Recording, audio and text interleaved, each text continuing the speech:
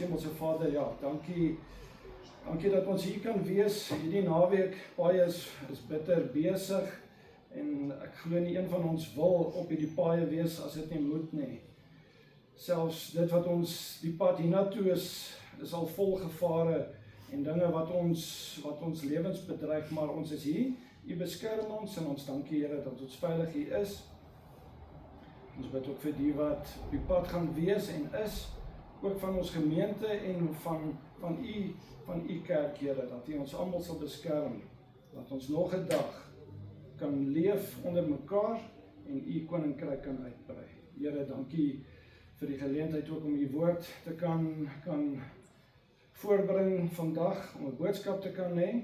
Here, mag U woord ook deur my gebring word, hoe dit ook al sê, dit is U woord. Dit is geen mens nie, dit is altyd U woord. In Jesus naam, amen. Alright, veerkragtig en geanker. Ek dink jy sal almal agterkom, ek het 'n storm gedagte gehad vandag. In ons lewens het ons almal storms. Partykeer voel dit erg, partykeer kan ons dit hanteer, maar dit is oor ons betrokke. Die wat die Bybels hierso het, ek wil die uitnooi om te blaai na Hebreërs 6 vers 11. Ons gaan lees vanaf vers 11 tot 20. Die boek Hebreërs is 'n brief wat gerig was aan 'n groep Joodse Christene wat waarskynlik onderdruk was om terug te keer na die Judaïsme en waarsku hulle teen afvalligheid. Gelowiges word aangespoor om soos die voorvaders in die Ou Testament op Jesus te fokus as begin en volëinder van die geloof. Ons lees dan Hebreërs 6 vers 11 tot 20. Vanaf vers 11, maar ons verlang dat elkeen van julle dieselfde ywer mag toon om te kom tot die volkome sekerheid van die hoop tot die einde toe, sodat julle nie traag word nie, maar navolgers van hulle wat deur geloof en lankmoedigheid erfgename van die belofte is. Want toe God aan Abraham die belofte gegee het hy, omdat hy by geen meerdere kon sweer nie, by homself gesweer en gesê, voorwaar, ek sal jou ryklik seën en jou grootliks vermeerder. En so het hy die belofte verkry nadat hy geduldig gewag het. Want mense sweer by een wat meer is, en die eed van bevestiging is vir hulle die einde van alle teespraak. Daarom het God, omdat hy nog kragtiger aan die erfgename van die belofte, die onveranderlikheid van sy raad wou toon, dit met 'n eed gewaarborg, sodat ons deur twee onveranderlike dinge, waarin dit onmoontlik is dat God sou lieg, kragtige bemoediging kan hê. Ons wat ontvlug het, om vas te hou aan die hoop wat voorlê. En ons het dit as 'n anker van die siel wat veilig en vas is, en ingaan tot die binnekant die voorhangsel, waar Jesus as voorloper vir ons ingegaan het. Hy wat volgens die orde van Melchisedek 'n hoëpriester geword het vir ewig. Ons, net soos enige skip, kan nie sonder betroubare ankers die uitdagings van die lewensreis aanpak nie. Veral in ons geestelike lewe wil ons weet dat ons aan iets of iemand vas kan maak. Hoor net weer hoe Hebreërs die ankers beskryf wat God laat sak het. Hebreërs 6 vers 17 tot 19 lees ons, daarom het God, omdat hy nog kragtiger aan die erfgename van die belofte, die onveranderlikheid van sy raad wou toon, dit met 'n eed gewaarborg, sodat ons deur twee onveranderlike dinge, waarin dit onmoontlik is dat God sou lieg, kragtige bemoediging kan hê. Ons wat ontvlug het, om vas te hou aan die hoop wat voorlê, en ons het dit as 'n anker van die siel wat veilig en vas is, en ingaan tot binnekant die voorhangsel. Hoor ek gerus dieselfde gedeelte uit die boodskapvertaling. Ek hou van dit om partykeer terug te verwys na die boodskapvertaling, Die 1953 vertaling, niks verkeerd nie, King James, lief om dit te lees, baie vertalings, maar ek glo nogal sterk aan, bring 'n paar ander vertalings ook in. Die boodskapvertaling is vir my baie keer plat, bietjie van die kern wat verdwyn, maar as jy ietsie nie lekker verstaan nie, kan hy daai plat manier nogal gebruik om so 'n bietjie te sien wat is die bedoeling agter dit. So ek gaan uit die boodskapvertaling lees vanaf vers 17. Daarom het God ook 'n eed geneem. Hy wou doodseker maak dat nie Abraham of sy nageslag sou twyfel dat hy sal doen wat hy beloof het nie. Daar is nou twee dinge wat soos 'n paal bo water staan en nooit verander sal kan word nie. Daar is die belofte van God en die eed wat hy geneem het. En God kan nie lieg nie. Ons wat na God toe is om gered te word, kan daarom verseker weet dat God sy belofte sal hou. Om God so te vertrou is soos 'n geestelike anker. Dit gee ons lewe vastigheid en sekerheid. Dit verbind ons ook direk met God self in die heiligste van heilige plekke. Die vraag wat by my opkom is, hoekom wou God 'n eed sluit en 'n belofte maak teenoor Abraham?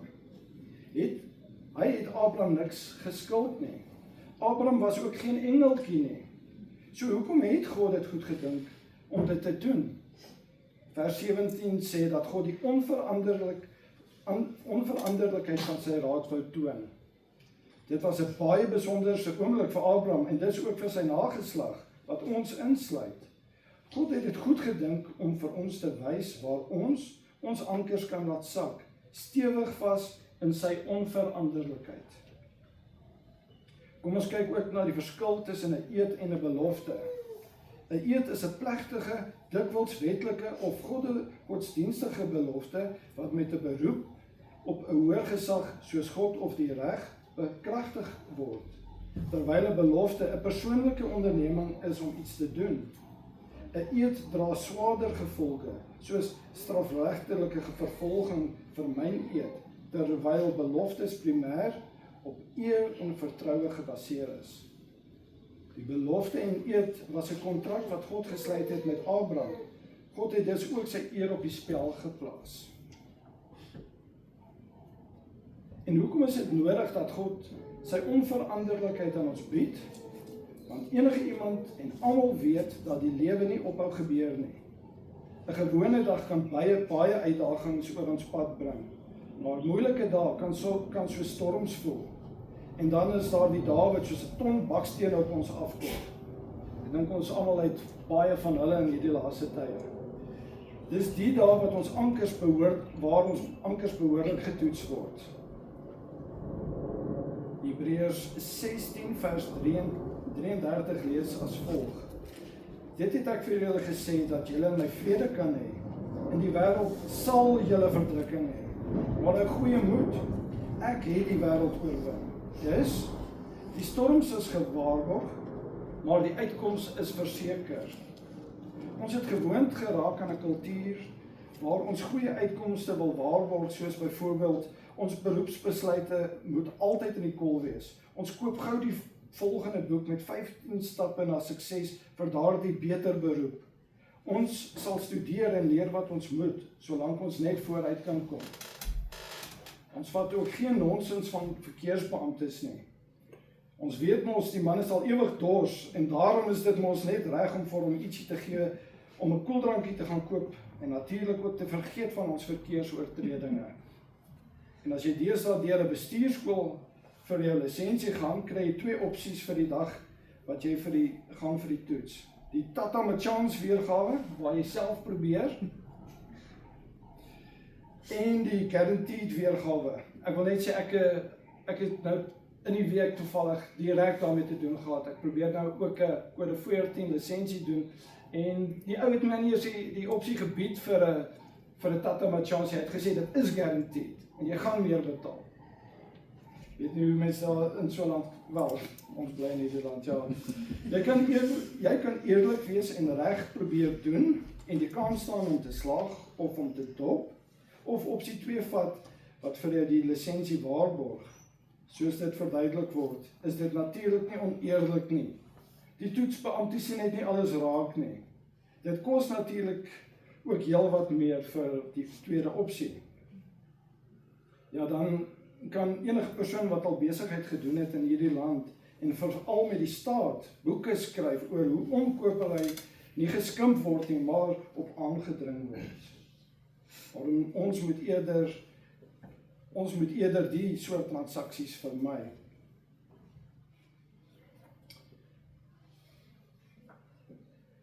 Moet nie deel van die kortpad kultuur word nie.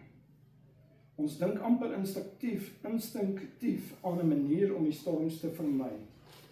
Dawid het gedink, hy kan sy foute en probleme laat verdwyn, nadat hy oorspel gepleeg het met Batseba, en toe nog haar man laat doodmaak het. Maar in 2 Samuel 12 vers 7 tot 10 lees ons hoe Dawid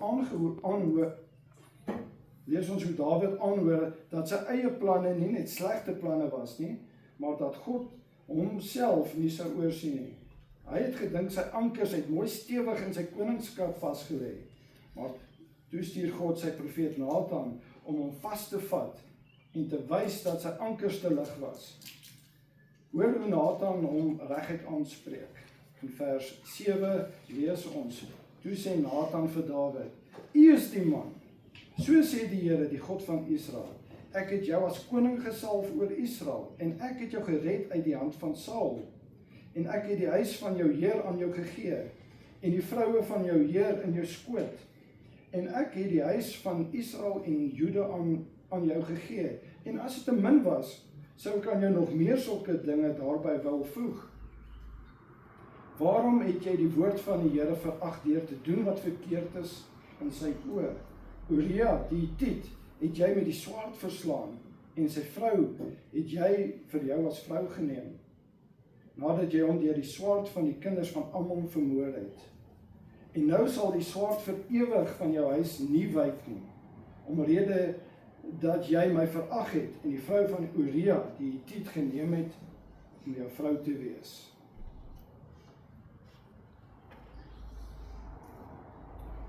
Wat dan as die storms aanbreek? Ja, dit zijn natuurlijk anders gelyke, daar is nou goeders wat julle nou nie sien nie. Moeilike tye gaan aanbreek. 'n bekende filosoof en sielkundige professor, Jordan Peterson, sê gereeld, life is hard. Ons weet dit baie goed. Maar ek dink dit is tog belangrik om dit te hoor. Die lewe is hard. En dit is nog voor die moeilikheid opdaag. Vra maar vir iemand wat by die werk afgelê word, of iemand wat deur 'n egskeiding gaan. Hoor Johannes in hoofstuk 16, wat vir ons wys dat die verdrukking in en van die wêreld en die vrede van God saamloop. Hoor vers 33. Dit het ek vir julle gesê, dat julle in my vrede kan hê. In die wêreld sal julle verdrukking hê, maar hou goeie moed, ek het die wêreld oorwin. Vir Christene kan dit nog erger gaan. Storms is nie net natuurverskynsels nie. Dit is ook natuurlik vir elke mens. Almal het uitdagings. Noem dit maar probleme. Maar probeer dit eerder as geleenthede sien wat jou uitdaag om te groei. Ek het eendag 'n oproep van 'n kliënt ontvang en toe ek antwoord, vra ek onmiddellik, wat se probleem is daar nou weer? Hy het my gou vertel dat ek verkeerd was om dit te vra. Want ek moet elke probleem as 'n geleentheid sien. Dit moet 'n geleentheid wees om te leer hoe om oplossings te vind. Ek het net daar besluit om anders te dink oor probleme in die algemeen. En nou het ek nie meer probleme nie, net geleenthede.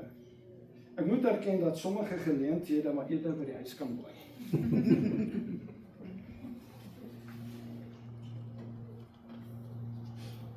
Tweedens moet jy beplan en voorberei vir die stormtye. 2 Korintiërs 10 vers 3 tot 6 lees ons, want alhoewel ons in die vlees wandel, voer ons die stryd nie volgens die vlees nie. Want die wapens van ons stryd is nie vleeslik nie, maar kragtig deur God om vestings neer te werp. Terwyl ons planne verbreek en elke skans wat opgewerp word teen die kennis van God, en elke gedagte gevange neem tot die gehoorsaamheid aan Christus, en ons gereed hou om elke ongehoorsaamheid te straf wanneer julle gehoorsaamheid volkome is.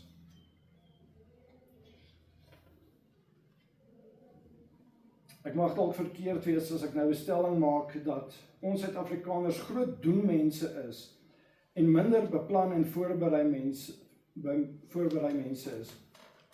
Jy kan soms wegkom met net doen, maar om altyd kop eerste in te storm oor die algemeen gee vir jou net kopseere. Aan die ander kant van die munt het 'n kollega my eendag gehelp om herstelwerk te doen aan 'n hoë struktuur.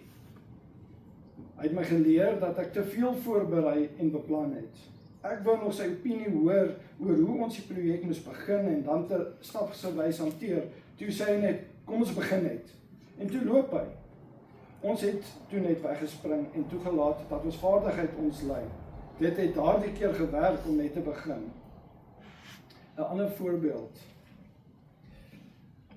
En nog 'n voorbeeld het iemand my eendag vertel dat hy as 'n jong vakleerling betrokke was by die internasionale kompetisie wat die standaard van opleiding in verskillende lande toets onder jong vakleerlinge. Ek weet nie of dit nog gebeur nie. Ek dink dit gebeur nog nie. Die opdrag moes voltooi word in 3 dae en al die spanne het dieselfde materiaal, tyd en gereedskap gekry. Die SA span het die opdrag behoorlik deurgelees en begin, net soos al die ander spanne, behalwe die Japaneese. Dit het gelyk of hulle nie begin het nie, en het teken en skryf.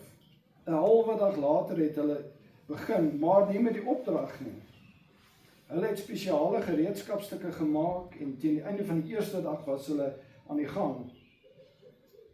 Teen die tweede dag het almal al vordering gesien, maar teen die einde van die tweede dag was dit al klaar duidelik dat die Japaneese se voorbereiding die moeite werd was en dat hulle baie goeie vordering gemaak het. Die Japaneese span het daardie jaar eerste klaargemaak en die beste produk in geheel gelewer. Ons voorbereiding is onder andere om ons manier van dink te verander, want soos ons dink, so sal ons optree. Wat is voorbereiding nie?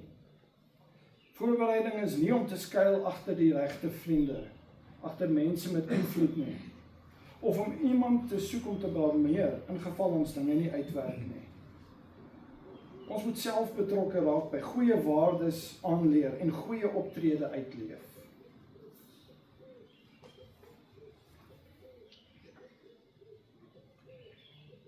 In die storms moet ons ook onthou. Jy gaan die storms oorleef. Al is dit nie eers in die hiernamaals. Nie alles wat ons, die Christene hier op aarde doen, is aanvaarbaar vir hierdie wêreld nie. Dit behoort ook nie so te wees nie. Ons idee dat die lewe net eenmaal is, moet plek maak vir die gedagte dat die lewe net Christus is. Niks wat ons lewe dis op hier bedreig, maak saak nie. Die martelare het dit geweet. Jy gee baie maklik jou lewe op, wanneer jy weet, dat dit nie die einde is nie. In Johannes 5 vers 11 stel dit so, en dit is die getuienis dat God ons die ewige lewe gegee het, en die lewe is in sy Seun. Hy wat die Seun het die lewe. Wie die Seun van God nie het nie die lewe nie. Gryp na Jesus se hand in die storm, en moenie na die geraas rondom jou luister nie. Wanneer ons op die storms fokus, sien ons Jesus wat na ons uitreik nie raak nie. Raak stil en sien Jesus weer raak. Vierdens is dit baie belangrik om in die storms die kommunikasielyne oop te hou. Paul Bunyan, wat Pilgrim's Progress geskryf het, was self 2 maal in die gevangenis. Hy het Pilgrim's Progress geskryf, juis toe hy die 2de maal in die tronk was. In die moeilikste tye het hy die meeste op die Bybel staatgemaak en gebid. Nes Paulus was die tyd in die gevangenis op die ou end die plek waar hy die geleentheid gebruik het om sy kommunikasielyne met God uit te brei en homself fyn in te gestel het met God. Dink aan 'n skip oor die oop see. Die storm slaan teen die kante en die ankers doen hulle werk. Dit is ook die tyd wat die twee-rigting radio's gebruik word om waardevolle inligting te kry wat bedoel is om die skip veilig deur die storms te kry. Hoeveel kere was Dawid nie in storms vasgevang nie? Al was hy in diep waters en het hy soms gedink sy einde was naby, het hy tog onthou dat sy redding begin het wanneer hy die kommunikasielyne met God laat werk het. Kyk byvoorbeeld Psalm, hoeveel psalms hy geskryf het. In Psalm 34 vers 16 en 18 skryf hy: Die oë van die Here is op my, op die regverdiges, en sy ore tot hulle hulp geroep. Vers 18. Hulle roep en die Here hoor, en hy red hulle uit hulle benoudhede. Doen wat nodig is om in kontak te bly met God. Lees en bid asof jy dit nooit genoeg kan doen nie. Gryp 'n pen en begin skryf soos Dawid dit gedoen het. Moet net nie ophou kommunikeer nie.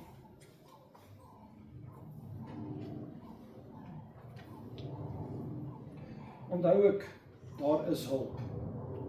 Romeine 8 vers 26 bevestig die hulp van God. En net so kom ook die Gees ons swakhede te help, want ons weet nie reg wat ons moet bid nie, maar die Gees self tree vir ons in met onuitspreeklike sigtinge. Ons hulp is altyd eerste van die Heilige Gees. Ons hoef nie eers oorboord te val voor ons hulp vra of aanvaar nie. As ons gou genoeg ons afhanklikheid van ons Skepper en Helper aanvaar, word ons ook deel van die hulpspan. Hoeveel keer was ons nie al die beste gehelp wanneer ons hulp aangebied het nie? Dis asof die saad van hulp skielik ontkiem en opskiet in ons gemoed. Wat 'n wonderlike oomblik as die Heilige Gees in ons en deur ons werk. Die 6de punt. Dit is moontlik nie oor nie. Geliefdes, verbaas julle nie oor die vuurgloed van vervolging onder julle, wat tot julle beproewing dien, asof iets vreemds oor julle kom nie. Dis 1 Petrus 4 vers 12. Ek was eendag erg aangevat deur 'n kollega wat my gewys het op al die foute wat ek gemaak het by die werk. Ek was vir so 'n halwe sekond ongelukkig, maar toe sê ek vir hom dat dit is hoe dit gaan met die wat werk. As jy nie werk nie, maak jy nie foute nie. As jy nie betrokke is nie en niks doen nie, dan gaan jy waarskynlik nooit iets verkeerd doen nie. Vir ons wat as Christene betrokke is in die wêreld, gaan daar altyd aanvalle wees wat probeer om ons te laat sink. Dit sal ongelukkig nie ophou nie. Die wêreld is nie gepla oor hoeveel jy glo of doen vir die koninkryk of wat jy opoffer nie. As jy jou lewe oorgee aan Christus, word jy outomaties 'n teiken. Dis nie onverwags nie. Hou aan om God te verheerlik.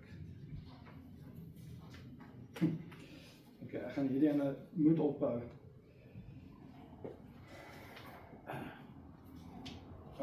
Dit is hierdie ene is wat u nie sien dalk nie is. Okay, die taxi is oorlaai, dit kan ons sien. Die ou staan agter op die taxi terwyl hy ry. Daar's 'n koei wat sy kop uitsteek by die venster wat nie daar is nie. En ja, wat is die vraag wat ons hier vra? Natuurlik het ek gedink, ek hoop daar's diesel in daai kan of petrol, want dit is net een van daai dinge wat 'n groot issue in ons lewens deesdae is. Tipies Afrika. En hy ry aan die verkeerde kant van die pad. Die wêreld is soos 'n taxi in die verkeer. Ek noem dit die taxi-sindroom. Hoe klink die taxi-sindroom? Die gedrag van die taxi-bestuurders is onvoorspelbaar. Sodra jy jou kar aanskakel word jy deur die taxi geteiken. Hulle is daarop uit om jou dag om te krap. Hulle soek jou uit. En die ergste is, jy het dit nooit gesien kom nie, en glad nie verwag nie. Dus is jy onvoorbereid. Enige slegte gedrag en alle aantekens is geregverdig. En die einde, môre maak ons weer so. Ons moet nie so naïef wees nie. Beplan vooruit wat jou reaksie gaan wees. Hier wil ek ietsie vertel van Lebo wat saam met my gewerk het by 'n maatskappy. Hy het die een oggend by die werk aangekom, kop onder sy boord, baie omgekrap, en ek sê vir hom, Lebo, wat's fout? En hy sê vir my, kom kyk, en ek stap saam met hom na sy kar toe, en ek sien sy windskerm is in mekaar ingeslaan. Ek sê hom, en die, as jy aan is 'n taxi. En ek dink toe natuurlik, so hulle loop ook maar deur. Dis nie net wit mense of sekere mense nie, almal loop deur onder hulle. Ek sê hom nou, wat het gebeur? Hy sê nee, hulle was in die verkeer en die highway het stil gestaan en die taxi het ingedruk en hy druk toe die toeter en hy wys hom 'n paar handtekens. Taxi het dood eenvoudig voor hom net gestop, knopkie uitgehaal, sy windskermstuk ingeslaan en verdwyn in die verkeer. Eenvoudig. Hy vra my toe, was ek verkeerd, Leon? Ek het hom net gevra, is jou windskerm stikkend? Dit maak nie saak wat jy doen aan 'n taxi nie, hy gaan nie verander nie, jou toeter gaan nie hom oortuig nie. Jou windskerm gaan breek. Die probleem met moeilike tye.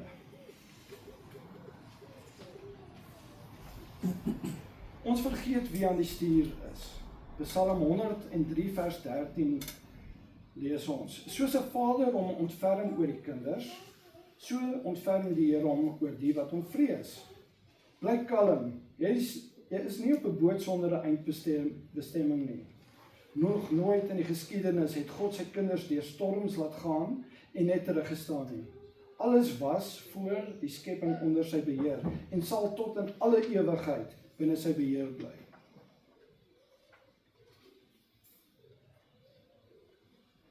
Ons verstaan ook nie die waarde van moeilike tye nie. Matteus 5 vers 10 tot 12 gee vir ons troos in die stormtye. Vers 10: Salig is die wat vervolg word ter wille van die geregtigheid, want aan hulle behoort die koninkryk van die hemele. Salig is julle wanneer die mense julle beledig en vervolg en valslik allerhande kwaad teen julle spreek om my ontwil. Verbly en verheug julle omdat julle loon groot is in die hemele, want so het hulle die profete vervolg wat voor julle gewees het. Jakobus 1 vers 2 tot 4 voeg by die gedagte. Ag dit louter vreugde, my broeders, wanneer julle in allerhande versoekinge val, omdat julle weet dat die beproewing van julle geloof lydsaamheid bewerk. Maar die lydsaamheid moet tot volle verwerkliking kom, sodat julle volmaak en sonder gebrek kan wees en in niks kort kom nie. Ons ken weerstand in die land. Die Afrikaners staan bekend as die groep wat hard werk en planne kan maak, juis omdat die moeilike tye vir ons uitdagings is. Ons moet daardie selfde mentaliteit in ons geestelike lewe inbring en uitleef. Teenkanting moet ons aanvuur om 'n nouer verhouding met God te wil hê.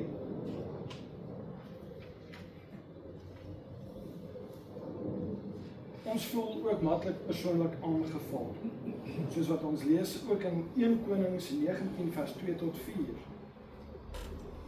Ek het vers 2 iewers nie, hierso nie. Daar's al.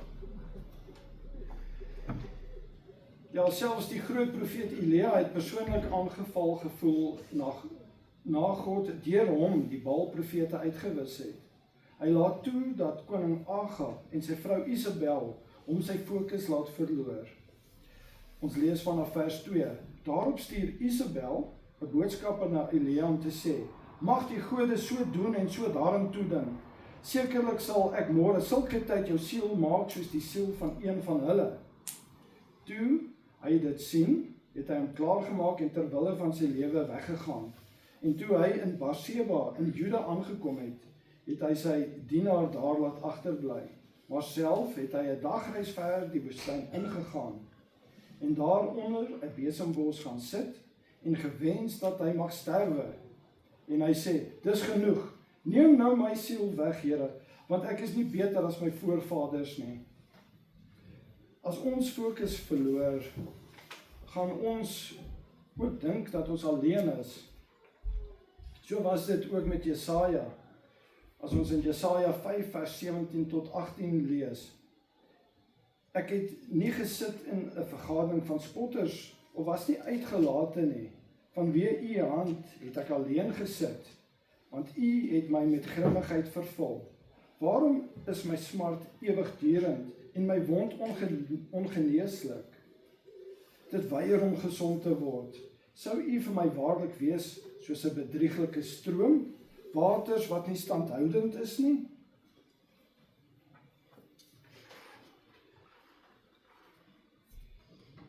In hierdie gedeelte is dan nou 'n paar foto's en goeders ook, maar dit gaan ons maar moet verbygaan.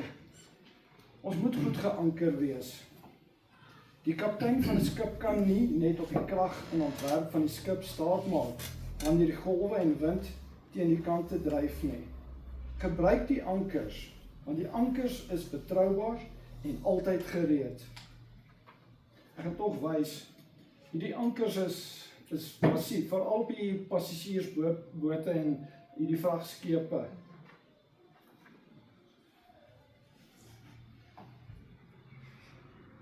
Die ankers is betroubaar en altyd gereed, want hulle is betroubaar want hulle word getoets. Hulle is duursaam, van die beste kwaliteit. Daar kan geen kompromie wees nie. Die ankers word in die moeilikste tye op die kaptein se woord laat sak. Dit is nie enigeen wat dit besluit nie. Hulle word laat sak op die regte oomblik, en dit gebeur net wanneer daar kennis en ervaring opgedoen is. En dan word hulle natuurlik op die regte plek gelaat sak. Weet waar om die woord toe te pas. Moet nie in stryery jou anker laat sak nie. 'n tipiese passasiersskip se anker weeg gewoonlik tussen 10 en 20 ton. Om dit in perspektief te plaas, is dit vergelykbaar met die gewig van 1 of 2 groot Afrika-olifante. Die anker self is dikwels tussen 3 en 6 meter lank en byna net so breed. Ons lees in Psalm 111 vers 7 tot 8. Die werke van sy hande is trou en reg. Al sy bevele is betroubaar. Vasgestel is hulle vir altyd, vir ewig, uitgevoer in trou en opregtheid. God se woord is ook betroubaar en getoets.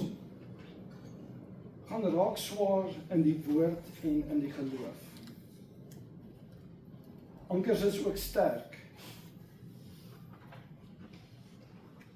Kyk na die skaal daarso. Elke skakel op sy plek.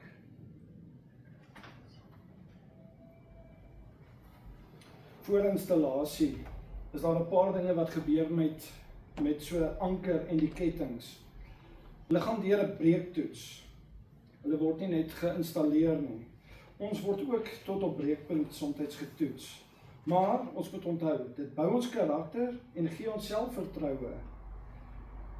Weereens gaan ek na Jannie verwys, hy weet goed van NDT's en al daai goeders wat met vliegtye ook te doen het. Dit is wanneer daar gekyk word of daar krake is en enige swakpunte in die materiale. Ons moet kyk wanneer die krake in ons mondering is en ook daaraan self werk, sodat dit op die ou end gesertifiseer kan word. Die woord is ons sertifikaat. Glo en vertrou en beweeg in krag vorentoe. Jeremia 32 vers 17 lees ons. Ag Here, Here, kyk, U het die hemel en die aarde gemaak deur U groote krag en deur U uitgestrekte arm. Geen ding is vir U te wonderbaar nie. Ankers is ook veerkragtig. Ek gaan hierdie in nou wys. Om veerkragtig te wees, moet jy jou vorm reg kry.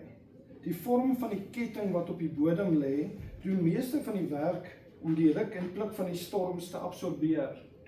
So daai spesifieke vorm is kritiek belangrik. Om 'n stywe ketting te hê is nie 'n goeie anker nie, of 'n ankerposisie nie.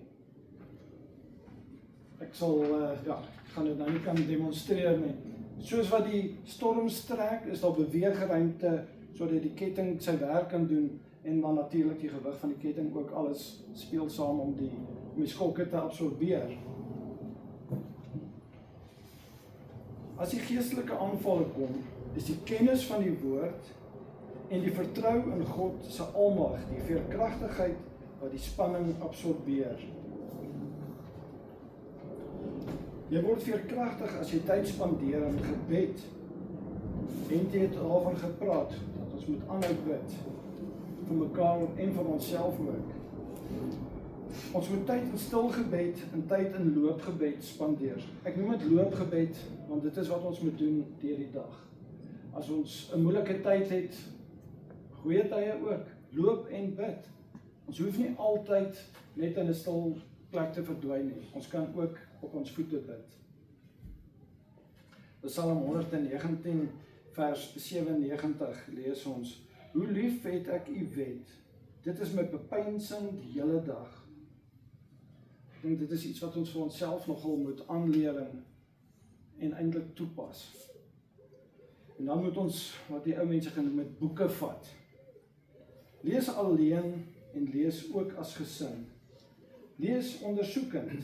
Ek dink dis waar ons gemeente, die Berea gemeente se ons slogan sê dit juist, ons ondersoek.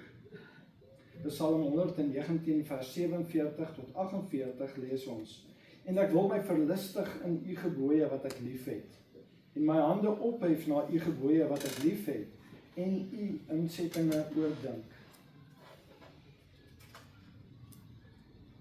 Hierdie gaan 'n moeilike een wees om te wys, hy's bietjie klein geprint. Wat dit op neerkom is, 'n ketting het ons altyd gedink aan as daai Popeye kettings wat hy op sy skouer gehad het, het toe, hy val en daar lê hy en hy's net te swaar om te beweeg.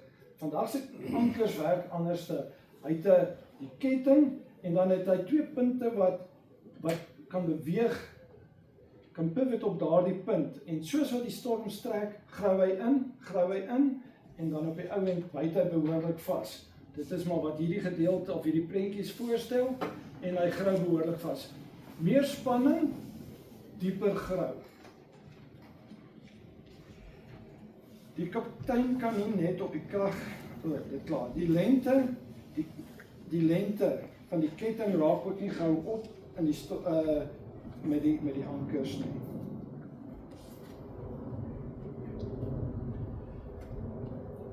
Dieper water en erge storms vereis meer ketting. Al raak die ketting nie die bodem nie, werk hy nog steeds goed. Die kettings is dikwels swaarder as die anker self. 'n enkele ketting, 'n enkele skakel van die ketting, dat kan tot 50 kg of meer weeg. Dit is 'n sak sement, dit is swaar. Wat beteken die totale ketting kan maklik 50 ton oorskry. Die totale lengte van die ketting is gewoonlik tussen 275 en 300 meter. Ek het ook gelees daar selfs kettings wat tot 700 meter lank is. Swaarder tye het meer diepte in die geloof nodig. So net hierdie wys. So die kettings dit hou net nie op nie. Swaarder tye het meer diepte in die geloof nodig. Moet nie altyd net genoeg doen nie. Meer is beter. Die lengte van jou uithou vermoë rek met geestelike volwassenheid. Hebreërs 5 vers 14 lees ons: Want hoewel julle vanweë die tyd leraars behoort te wees, het julle weer nodig dat 'n mens julle die eerste beginsels van die woord van God moet leer. En julle het weer behoefte aan melk en nie aan vaste spys nie. Want elkeen wat melk gebruik is onervare in die woord van geregtigheid, omdat hy 'n kind is. maar vaste spys is vir volwassenes, vir die wat geestesvermoëns besit, deur die gewoonte geoefen, om goed van kwaad te onderskei. Ons lees ook in 1 Korintiërs 14 vers 20, broeders, moenie kinders wees in die verstand nie, maar wees kinders in die boosheid, en wees volwassenes in die verstand. Dit klink eintlik logies. Ons hoef amper nie herinner te word nie, en tog moet ons. Ek wil ook dan gaan kyk na Hebreërs 6 vers 1 tot 3. Ek gaan uit die boodskapvertaling weer lees, miskien net vir my duidelikheid. Laat ons nou nie in die wegspringblokke bly sit, deur vas te steek by die heel basiese dingetjies wat ons oor Christus geleer het nie. Kom ons praat 'n bietjie oor dinge wat vir groot mense in die geloof bedoel is. Ons het al genoeg gepraat oor hoe ons dinge moet laat staan wat op die geestelike dood uitloop, of dat ons maar net op God moet vertrou. Ek gaan ook nie weer die doop of die handoplegging bespreek nie, en nie weer 'n keer vir julle vertel dat ons uit die dood lewende gemaak word, of dat God die ongelowige mense gaan straf nie. Vers 3, laat ons 'n bietjie oor dieper dinge praat, as God wil. Opsomming. 'n paar kort gedagtes. Is jou anker uit? 'n anker op die dek help nie in 'n storm nie. Jy moet vertroue op God plaas. Is jou anker vas in die sand en die rots ingegrawe, of lê jou anker op die bodem se oppervlakte? Moenie jou hoop op geld of gesondheid plaas nie. Bou dit op die onveranderlike woord van God. Hanteer die spanning. As die lewe hard aan jou pluk, onthou, dit beteken net die anker byt meer vas. Jy gaan nêrens heen nie. God het jou in sy hand. Onthou ek dat net donker wolke voor die son nie die son wegvat nie, en net so is God ook nie weg nie. Hou jou geloof en hoop op God geanker. Ek sluit af met 'n aanhaling van R.C. Sproul. Nobody was ever saved by a profession of faith. You have to possess faith. Dit moet deel van jou wees. Ons gaan afsluit. Gaan ons nog 'n sang? Okay, gaan ek eers sommer gou bid? Alright. Ons maak ons bid. Ons hemelse Vader, U is ons alles. U is ons anker, U is ons seebodem, U is ons skip, U is ons kaptein, U is ons alles. In hierdie prentjie is ons eintlik net amper die passasiers wat kan saam beweeg. Ons is deel van U vertroue plan, deel van U groot skepingsplan. Here, dit wat ons hierdie naweek ook weer eens beleef het, die kruisiging wat U deurgegaan het, dit was alles deel van die plan. Dit is alles skakels in die kettings wat ons moet as ons ankers gebruik. Here, ons kan nie op onsself staat maak nie. Ons kan probeer en ons het al probeer en ons het al sleg tweede gekom. Here, help ons om te vertrou op U woord, op die gebed wat ons tot U kan rig. En Here, ons dank U innig baie vir die opoffering wat U ook vir ons gedoen het, met U kruisdood. Here, ons leef saam met U en deur U. U het U Gees ook vir ons gelos as 'n vertrooster, en ons vertrou op alles wat U vir ons doen. Ons loof en ons prys U naam, Here, en ons bid ook by voorbaat, Here, daar waar soveel mense weer eens op hierdie pad gaan moet ry en al die dinge wat saam met dit is, die taksies, hoe onvoorspelbaar hulle ook al kan wees. Ons moet anders optree. Die verandering lê by ons. Die ankers is by ons. Net omdat die wêreld nie ankers het nie, beteken dit nie ons moet ons ankers minag nie. Ons bid, Here, dat U ons die wysheid sal gee, veral in hierdie tye. Ons loof en ons prys U heilige naam. Amen.